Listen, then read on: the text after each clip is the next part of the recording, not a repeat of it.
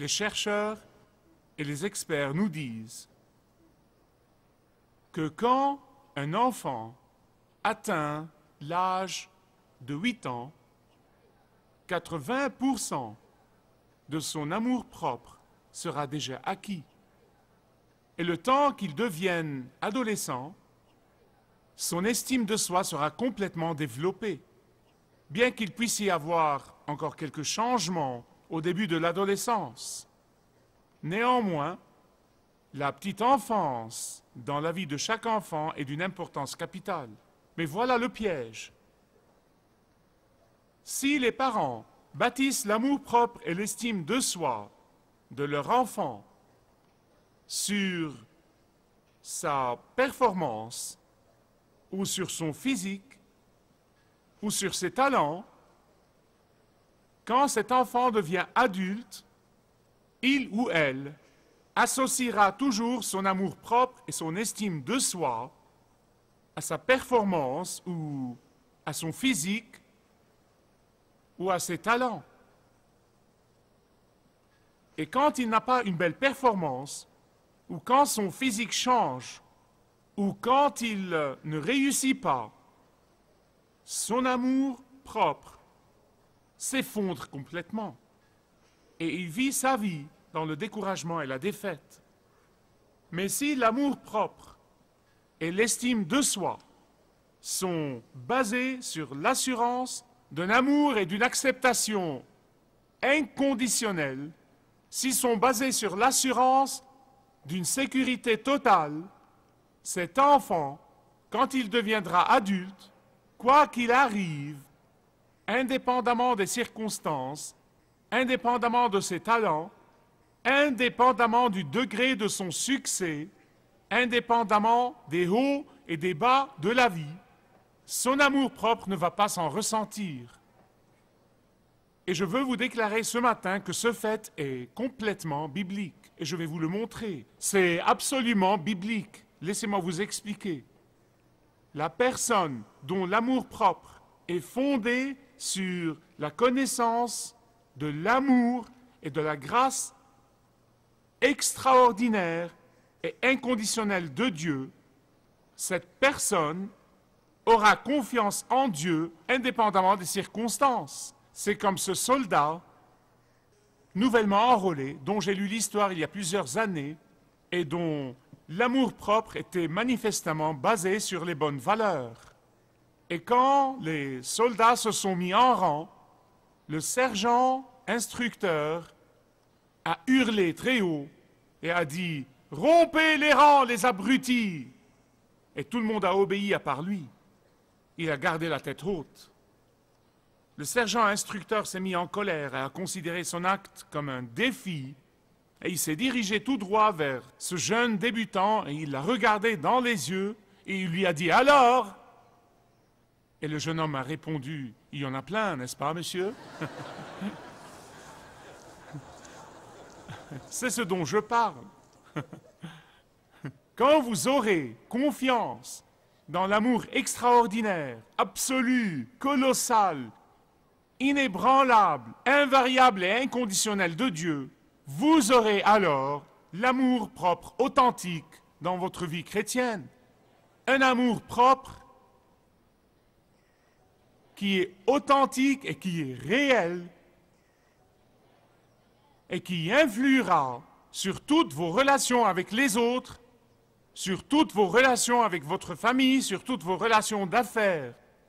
Car la vie à son meilleur, la série de messages que nous étudions de 1 Jean, la vie à son meilleur, ne peut pas être pleinement vécue avant que vous et moi ayons bu abondamment des versets 17 et 18 de 1 Jean chapitre 4. Écoutez-moi, la confiance, l'amour-propre, l'estime de soi, ces 3 vertus peuvent être très vaines, elles peuvent être superficielles, elles peuvent être temporaires, si elles ne sont pas ancrées dans celui qui nous a parfaitement aimés. Nous avons vu dans le dernier message que Dieu a pris la nature humaine en la personne de Jésus-Christ, le Fils bien-aimé, et que par conséquent, quiconque livre sa vie à Jésus-Christ comme le sauveur de son âme et le Seigneur de sa vie, reçoit de la main de Dieu la nature divine. Vous dites, comment puis-je être absolument sûr de cela? Eh bien, nous avons vu dans le dernier message que vous pouvez être certain, que vous pouvez être sûr que vous avez reçu cette nature divine si vous aimez de la façon dont Jésus aime. Jean va nous montrer aujourd'hui le pouvoir de l'amour de Christ qui œuvre en nous. Il va nous montrer comment l'amour parfait de Dieu accomplit certaines choses dans nos vies. Et il y en a au moins deux. Premièrement, il dit que l'amour parfait de Dieu, une fois que vous le comprenez et le saisissez et que vous vous en réjouissez, cet amour exudera la confiance, non pas en vous-même, mais en lui. Verset 17 de 1 Jean 4. Deuxièmement, il dit que cet amour bannira la peur de votre vie. Verset 18. Vous exuderez la confiance. Regardez le verset 17 avec moi. C'est de cette façon, pouvez-vous dire c'est de cette façon avec moi? Je vais vous dire pourquoi. C'est l'expression clé. Il dit c'est de cette façon que l'amour parmi nous est accompli afin que nous ayons pleine assurance au jour du jugement, car tel il est, tel nous sommes aussi dans ce monde. Je vous le garantis, si vous demandez à un homme quelconque « Que penses-tu du jour du jugement ?» si cet individu ne connaît pas Jésus-Christ, il réagira sûrement d'une des deux façons. Soit il va nier l'existence de ce jour, soit il va vous dire qu'il en est terrifié. Donc, soit il le nie, soit il en a peur. Ce sont essentiellement les deux réponses de n'importe quelle personne. Mais ce n'est pas le cas de ceux qui ont éprouvé l'amour parfait de Dieu. Ce n'est pas le cas de ceux qui se réjouissent toujours de cet amour inconditionnel de Dieu dans le Christ. L'expression clé dans le verset 17, comme je vous l'ai déjà dit, est la suivante. En ceci, en quoi? En quoi? En ce qui caractérise Jésus. Qu'est-ce qui caractérise Jésus? La perfection. Oh, minute, Michael, tu ne comprends pas.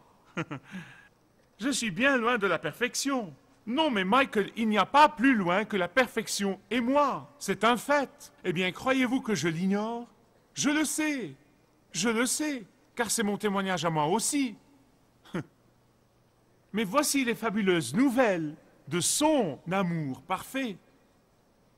Grâce à son amour parfait pour nous, sa perfection est devenue la nôtre. Sa justice est devenue la nôtre. Sa sainteté est devenue la nôtre. Sa plénitude est devenue la nôtre. Vous dites, comment est-ce que ça marche? Laissez-moi vous donner une illustration ridicule. Supposez que vous avez un oncle très riche.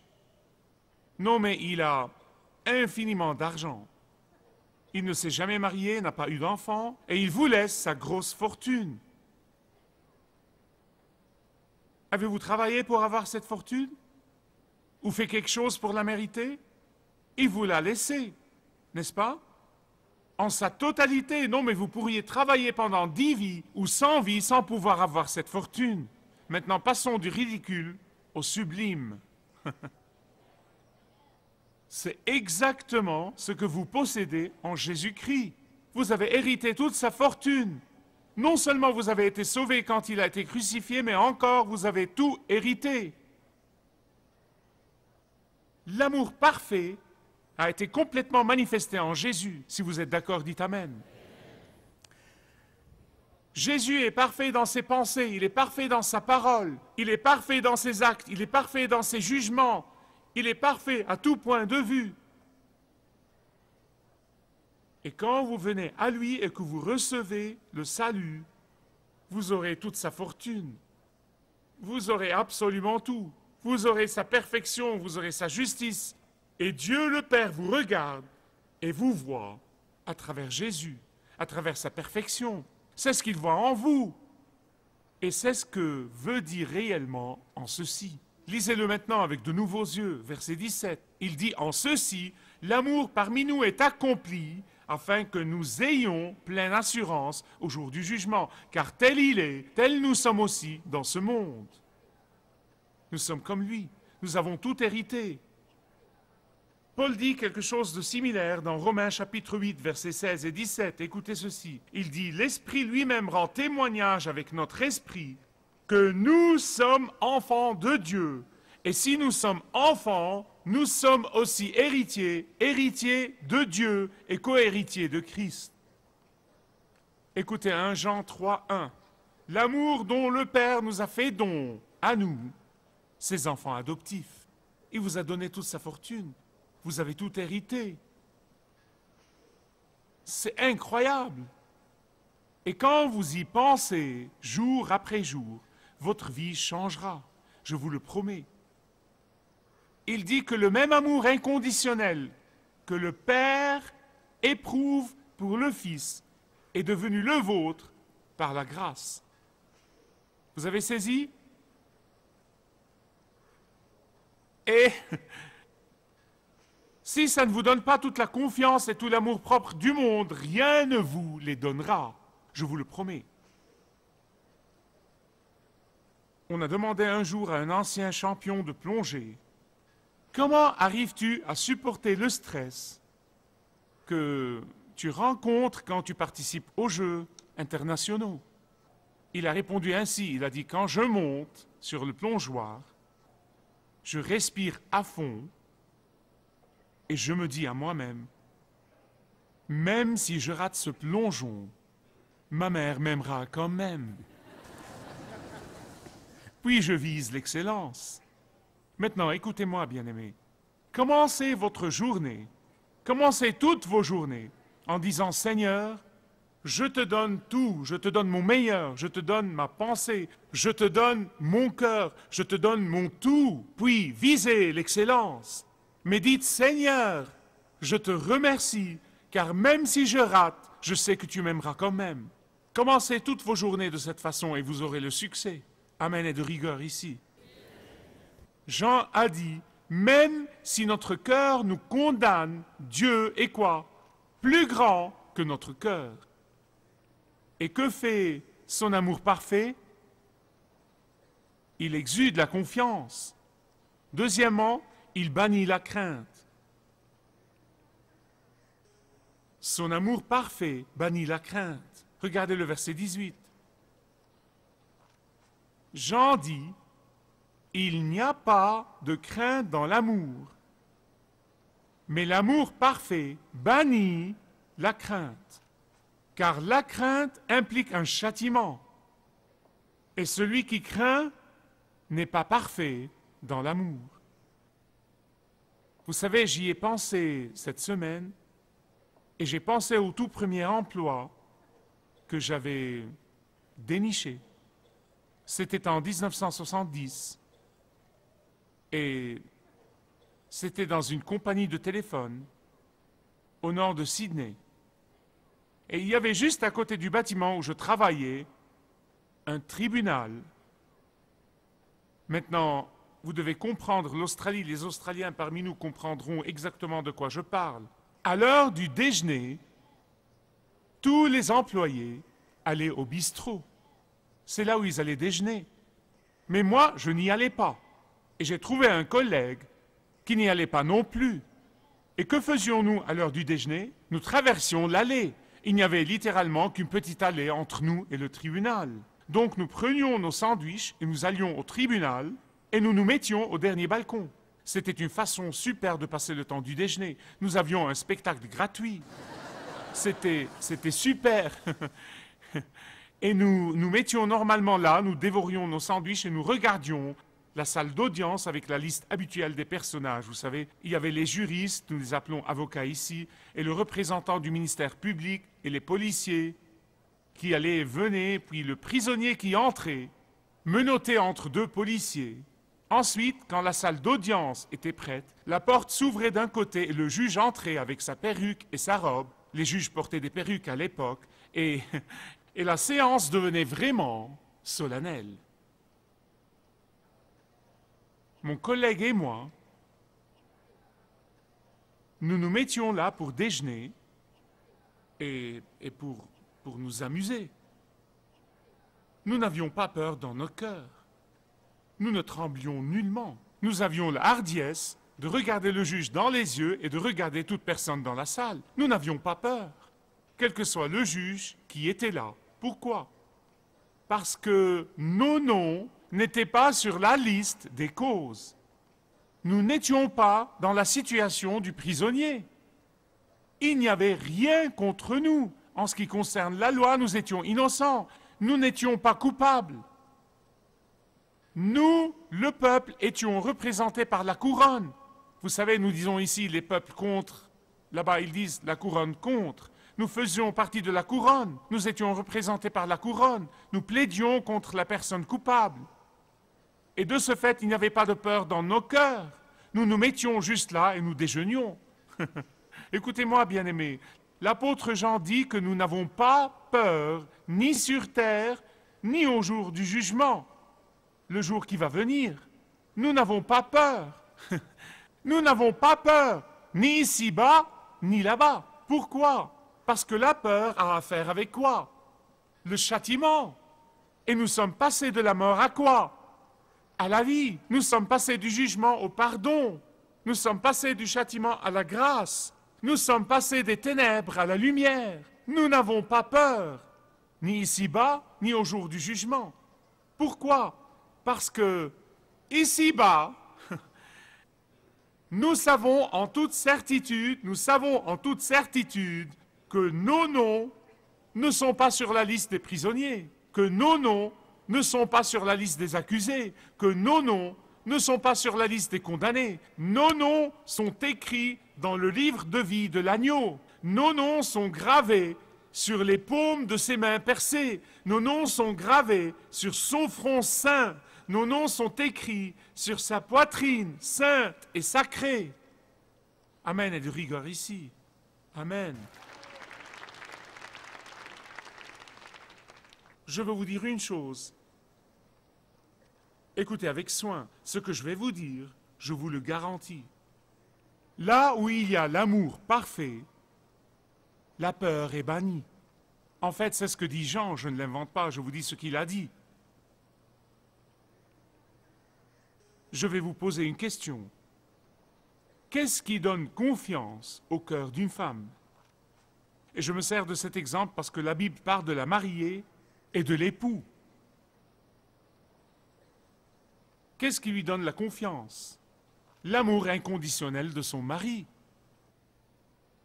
Il n'y a pas une femme au monde qui vive dans la peur et la terreur dans son foyer quand elle sait que l'amour et le dévouement de son mari lui sont consacrés.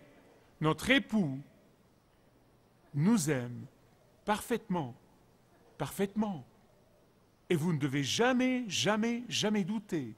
Et si vous doutez, retournez à 1 Jean 4, 17 et 18.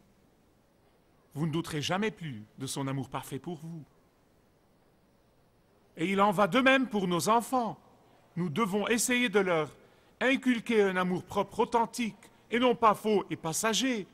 Non pas un amour-propre qui vient d'avoir passé la balle dans le panier, ou d'avoir frappé la balle, ou d'avoir fait des actions remarquables, aussi merveilleuses qu'elles soient.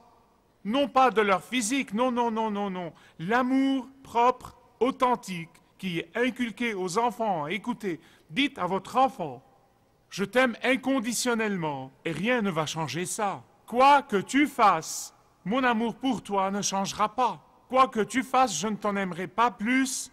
Quoi que tu fasses, je ne t'en aimerai pas moins.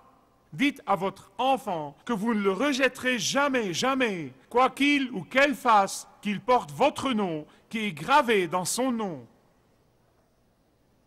Ah, certainement que je vais te discipliner, certainement je vais te former, certainement je vais te récompenser et je vais te châtier. Je t'apprendrai à discerner le bien du mal, certainement je te laisserai connaître et sentir les conséquences des mauvais choix qui font partie de la vie.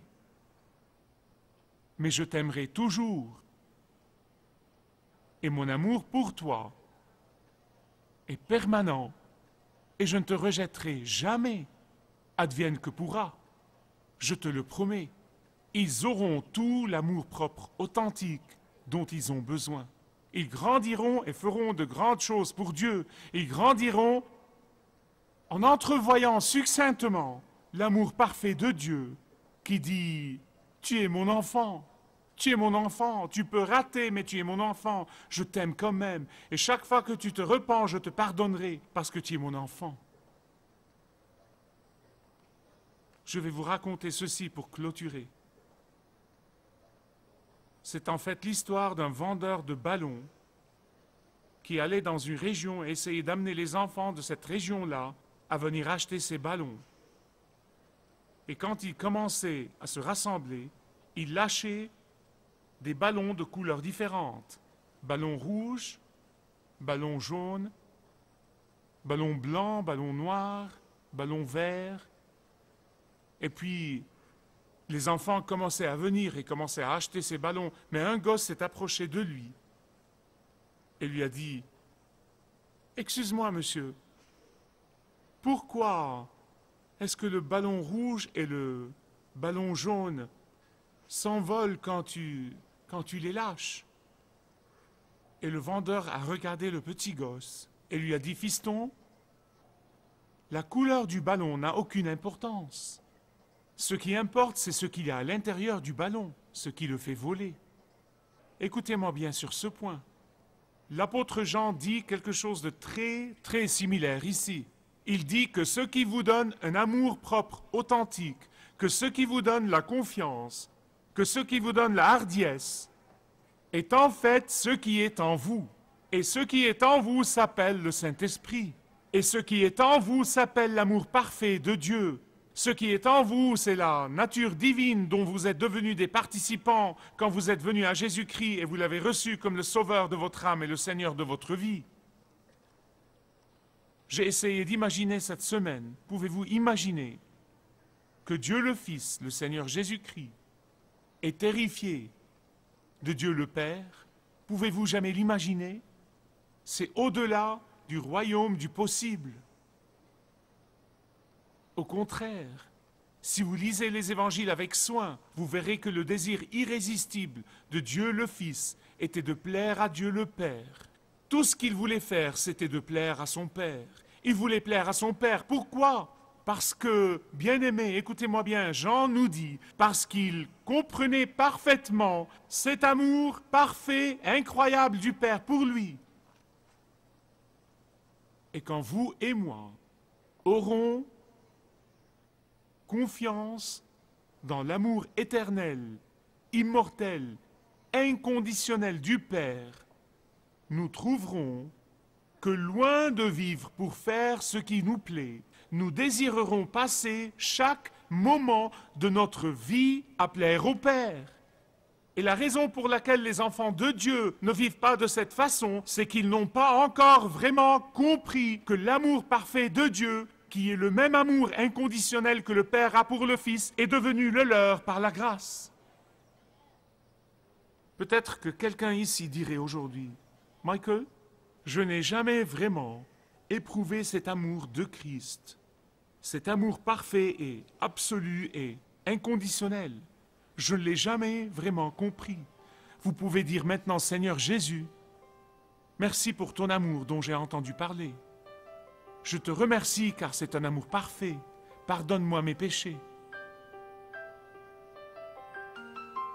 Et vous l'entendrez dire, « Le ciel se réjouit avec moi. Tu es pardonné. » Puis commencez aujourd'hui à connaître cet amour qui exude la confiance et bannit la peur.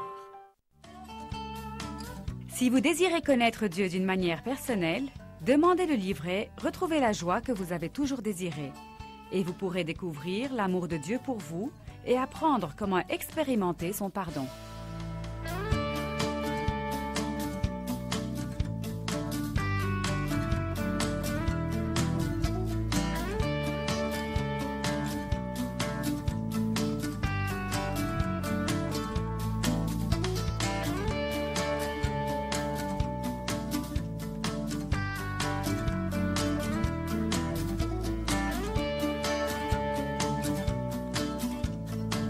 Si vous avez une relation personnelle avec Dieu et vous êtes intéressé à marcher plus intimement avec lui, Demandez le livret 7 pas sur le chemin de la foi qui vous guidera dans une relation plus profonde avec votre Père Céleste. Demandez votre livret gratuit.